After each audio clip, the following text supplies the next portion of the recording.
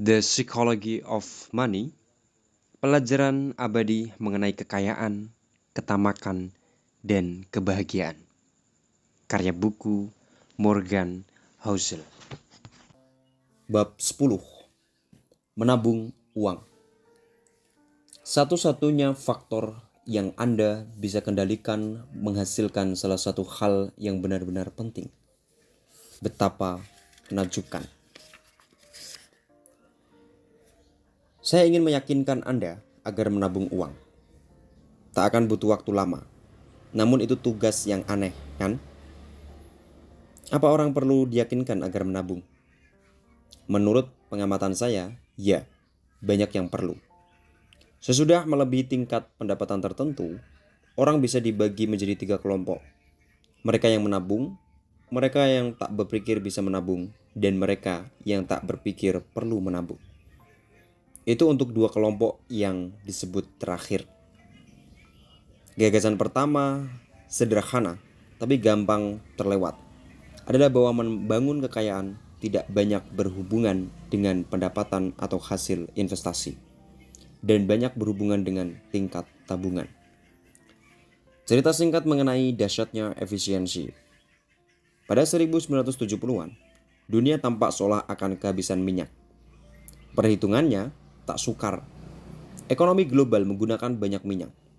Ekonomi global tumbuh dan jumlah minyak dapat kita ambil tak mencukupi. Kita tak kehabisan minyak, untungnya. Namun, itu bukan hanya karena kita menemukan lebih banyak minyak, atau bahkan menjadi lebih jago mengambilnya dari dalam tanah. Alasan terbesar kita berhasil mengatasi krisis minyak adalah karena kita mulai membuat mobil, pabrik, dan rumah yang lebih efisien penggunaan energinya daripada dulu. Amerika Serikat menggunakan 60% lebih sedikit energi per dolar PDB hari ini dibandingkan pada 1950. Rata-rata jarak tempuh semua kendaraan persatuan bahan bakar sudah lebih tinggi sejak 1975. Ford Taurus 1989 sedan rata-rata bisa menempuh 7,7 km dengan bahan bakar 1 liter. Chevy Suburban 2019 bisa menempuh jarak yang sama dengan bahan bakar berjumlah sama, tapi mobilnya berupa SUV sangat besar. Dunia menumbuhkan kekayaan energi, bukan dengan menambahkan energi yang dimiliki, melainkan dengan mengurangi energi yang dibutuhkan. Produksi minyak dan gas Amerika Serikat telah naik 65% sejak 1975. Sementara penghematan dan efisiensi sudah menambah apa yang bisa kita gunakan dengan energi itu sampai melebihi 2 kali lipat. Jadi mudah melihat mana yang lebih berpengaruh. Yang penting di sini adalah bahwa menemukan lebih banyak energi itu sebagian besar di luar kendali kita dan penuh ketidakpastian. Karena mengandalkan campuran geologi, geografi, cuaca, dan geopolitik. Namun menjadi lebih efisien dalam menggunakan energi itu sebagian besar berada dalam kendali kita. Keputusan membeli mobil lebih ringan atau naik sepeda ada di tangan Anda dan punya peluang 100% menaikkan efisiensi. Sama saja dengan uang kita. Hasil investasi bisa membuat Anda kaya. Namun ampuhnya suatu strategi investasi dan berapa lama ampuhnya. Dan apakah pasar mendukung selalu tidak pasti. Hasilnya diselubungi ketidakpastian. Tabungan pribadi dan gaya hidup sederhana, penghematan dan efisiensi keuangan adalah bagian rumus uang yang lebih banyak bisa Anda kendalikan dan punya peluang 100% efektif sekarang maupun pada masa depan. Jika Anda memandang pembangunan kekayaan sebagai sesuatu yang akan memerlukan lebih banyak uang atau hasil investasi besar, boleh jadi Anda menjadi pesimis seperti orang-orang yang khawatir dengan energi pada 1970-an. Jalan ke depan tampak berat dan tak bisa dikendalikan. Jika Anda memandangnya sebagai didorong sikap hemat dan efisien Anda sendiri, nasib Anda akan lebih jelas. Kekayaan hanya kumpulan sisa sesudah Anda membelanjakan apa yang Anda dapat. Dan karena Anda bisa membangun kekayaan tanpa pendapatan besar, tapi tidak bisa membangun kekayaan tanpa tingkat tabungan tinggi. Jelas yang mana yang lebih berpengaruh. Yang lebih penting, nilai kekayaan itu relatif terhadap apa yang Anda butuhkan. Anggap Anda dan saya punya harta yang sama banyak. Dan umpamakan Anda investor yang lebih hebat daripada saya. Saya bisa mendapat hasil 8% per tahun, sementara Anda bisa mendapat hasil 12% per tahun. Namun saya lebih efisien dengan uang saya. Anggap saya memerlukan uang setengah jumlah yang Anda perlukan agar bahagia, sementara gaya hidup Anda naik secepat nilai aset Anda. Saya jadi lebih sejahtera dibanding Anda. Meski sebagian investor lebih payah, saya mendapat lebih banyak manfaat dari investasi saya, walau hasilnya lebih kecil. Sama saja bagi pendapatan.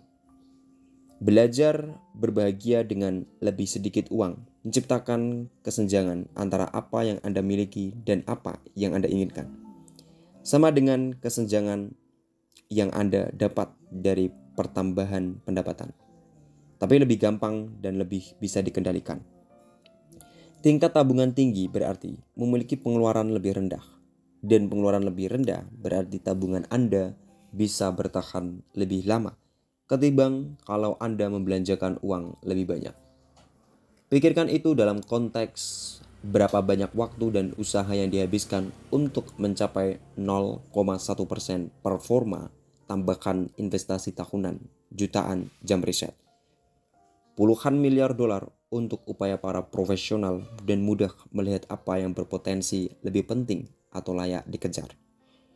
Ada investor profesional yang bekerja 80 jam per minggu untuk menambah 1/10% hasil.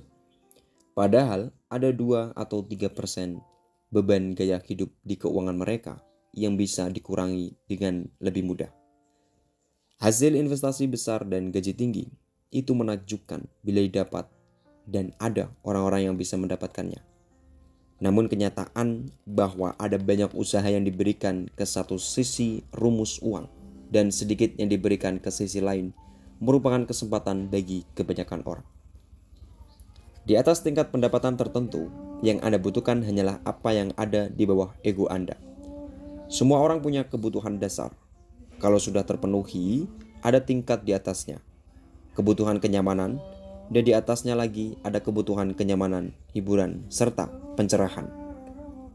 Namun belanja di atas tingkat materialisme tertentu yang cukup rendah, sebagian besarnya adalah cerminan ego. Mendekati pendapatan, cara membelanjakan uang untuk menunjukkan orang bahwa Anda punya atau pernah punya uang. Pikirkanlah seperti begitu, dan Anda jadi tahu satu cara paling dahsyat untuk menambah tabungan bukan menambah pendapatan melainkan menambah kerendahan hati. Bila Anda mendefinisikan tabungan sebagai selisih antara ego dan pendapatan, Anda bisa menyadari mengapa banyak orang dengan pendapatan lumayan menabung sangat sedikit. Ada pergulatan harian melawan naluri untuk pamer sebanyak-banyaknya dan menyaingi orang lain. Orang dengan keberhasilan keuangan yang tahan lama tak mesti orang berpendapatan tinggi. Cenderung punya sikap tak peduli apa pikiran orang lain terhadap dirinya. Jadi kemampuan orang menabung lebih bisa dikendalikan daripada yang bisa diduga.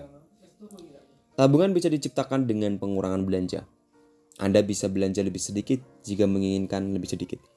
Dan Anda akan menginginkan lebih sedikit jika Anda mengurangi memusingkan apa yang dipikirkan orang lain mengenai Anda. Seperti saya sering katakan di buku ini. Uang lebih mengandalkan psikologi daripada pengetahuan keuangan. Anda tak perlu alasan tertentu untuk menabung. Beberapa orang menabung untuk uang muka rumah atau mobil baru atau masa pensiun. Itu bagus tentunya. Namun, menabung tak memerlukan tujuan membeli sesuatu yang spesifik. Anda bisa menabung hanya dengan alasan ingin menabung. Malah harus begitu. Semua orang harus. Menabung untuk tujuan tertentu saja itu masuk akal di dunia yang bisa diprediksi. Namun dunia kita tak bisa diprediksi. Menabung adalah berjaga-jaga terhadap kemampuan kehidupan untuk mengagetkan Anda pada waktu yang paling tidak pas. Manfaat lain tabungan yang tidak berkaitan dengan tujuan pembelanjaan tertentu adalah yang kita bahas di bab 7. Mendapat kendali atas waktu. Semua orang tahu mengenai benda-benda kasat mata yang dibeli dengan uang, yang tak terlihat lebih sukar dimengerti, jadi cenderung tak diperhatikan. Namun manfaat tak kasat mata, uang bisa jauh lebih berharga dan mampu menambah kebahagiaan Anda lebih daripada benda-benda kasat mata yang jadi sasaran jelas tabungan kita. Menabung tanpa sasaran pembelanjaan memberi Anda pilihan dan keluasan, kemampuan menunggu, dan kesempatan menyambar. Anda jadi punya waktu untuk berpikir, Anda jadi bisa berubah arah atas kemauan sendiri. Tiap bagian tabungan seperti mengambil satu titik masa depan yang kiranya dimiliki pihak lain dan mengembalikannya kepada Anda sendiri. Keluasan dan kendali atas waktu adalah keuntungan tak kasat mata dari kekayaan. Apa keuntungan dari uang di bank yang memberi Anda pilihan untuk berganti pekerjaan pensiun dini atau merdeka dari kekhawatiran? Saya akan bilang keuntungan itu tak terhitung. Tak terhitungnya dalam dua cara, sangat besar dan penting, sampai-sampai kita tak bisa menetapkan harganya. Namun juga tak terhitung secara harfiah. Kita tak bisa mengukurnya seperti kita bisa mengukur suku bunga. Dan yang kita tak bisa ukur cenderung kita lupakan. Bila Anda tak punya kendali atas waktu Anda dipaksa menerima segala nasib buruk yang datang. Namun jika Anda punya keluasan, Anda jadi punya waktu untuk menunggu kesempatan datang. Itu hasil tersembunyi di tabungan Anda. Tabungan di bank dengan bunga 0% boleh jadi benar-benar memberi hasil luar biasa jika tabungan itu memberi Anda kesempatan bekerja dengan gaji lebih rendah tapi manfaat lebih besar. Atau menunggu kesempatan investasi yang datang ketika mereka yang tak punya keluasan jadi putus asa. Hasil tersembunyi itu menjadi makin penting. Dunia dahulu sangat lokal. Sekitar 100 tahun lalu, 75% orang Amerika tak punya telepon dan tak dilayani pengiriman surat reguler. Menurut ahli sejarah Robert Gordon, itu membuat persaingan jadi sangat lokal. Pekerja dengan kecerdasan rata-rata bisa saja menjadi yang terbaik di kotanya dan diberlakukan sebagai yang terbaik karena tak harus bersaingan dengan pekerjaan lebih cerdas di kota lain. Sekarang keadaan berubah. Dunia yang sangat terhubung menyebabkan jumlah pesaing Anda naik dari 100.000 warga sekota ke jutaan sampai miliaran orang di seluruh dunia. Apalagi untuk pekerjaan yang mengandalkan kepala bukan otot, mengajar, memasarkan, analisis, konsultasi, akuntansi, pemrograman, jurnalisme, bahkan kedokteran makin banyak bersaing di tingkat dunia. Makin banyak bidang akan masuk kategori itu selagi digitisasi menghapus batas-batas dunia, selagi perangkat lunak memakan dunia, kata pemodal Venture Mike Anderson. Pertanyaan yang Anda harus ajukan selagi jumlah pesaing bertambah adalah bagaimana agar saya menonjol? Saya cerdas. Makin lama, makin menjadi jawaban buruk bagi pertanyaan itu. Karena ada banyak orang cerdas di dunia, hampir 600 orang mendapat nilai tertinggi tiap tahun. 7.000 lainnya di tingkat kedua tertinggi. Di dunia terglobalisasi di mana pemenang mengambil semuanya. Jenis orang macam itulah yang makin banyak menjadi pesaing langsung Anda. Kecerdasan bukan keunggulan andal di dunia yang telah menjadi sangat terhubung. Keluasan bisa jadi keunggulan di dunia di mana kecerdasan menjadi maha kompetitif dan banyak keahlian teknis terotomatisasi. Keunggulan daya saing bergeser ke keahlian lunak yang bernuansa seperti komunikasi, empati, dan barangkali paling penting keluasan. Jika Anda punya keluasan, Anda bisa menunggu kesempatan bagus dalam karir maupun investasi. Anda akan punya peluang lebih besar belajar keahlian baru bila perlu. Anda akan merasa tak terburu-buru harus mengejar pesaing yang bisa melakukan hal-hal yang Anda tak bisa lakukan, dan punya ruang gerak untuk mencari apa yang Anda suka dan bisa lakukan dengan tak tergesa-gesa. Anda bisa menemukan rutinitas baru, laju yang lebih lambat dan berpikir mengenai kehidupan dengan kumpulan asumsi yang berbeda. Kemampuan melakukan hal-hal itu ketika sebagian besar orang lain tak bisa adalah satu di antara beberapa hal yang akan membuat Anda menonjol di dunia di mana kecerdasan tak lagi merupakan keunggulan andal. Lebih banyak kendali atas waktu dan pilihan makin menjadi salah satu hal paling berharga di dunia. Makanya, lebih banyak orang bisa dan harus menabung tahu apa lagi yang mereka harus lakukan. Stop mencoba jadi sangat rasional. Saya akan jelaskan mengapa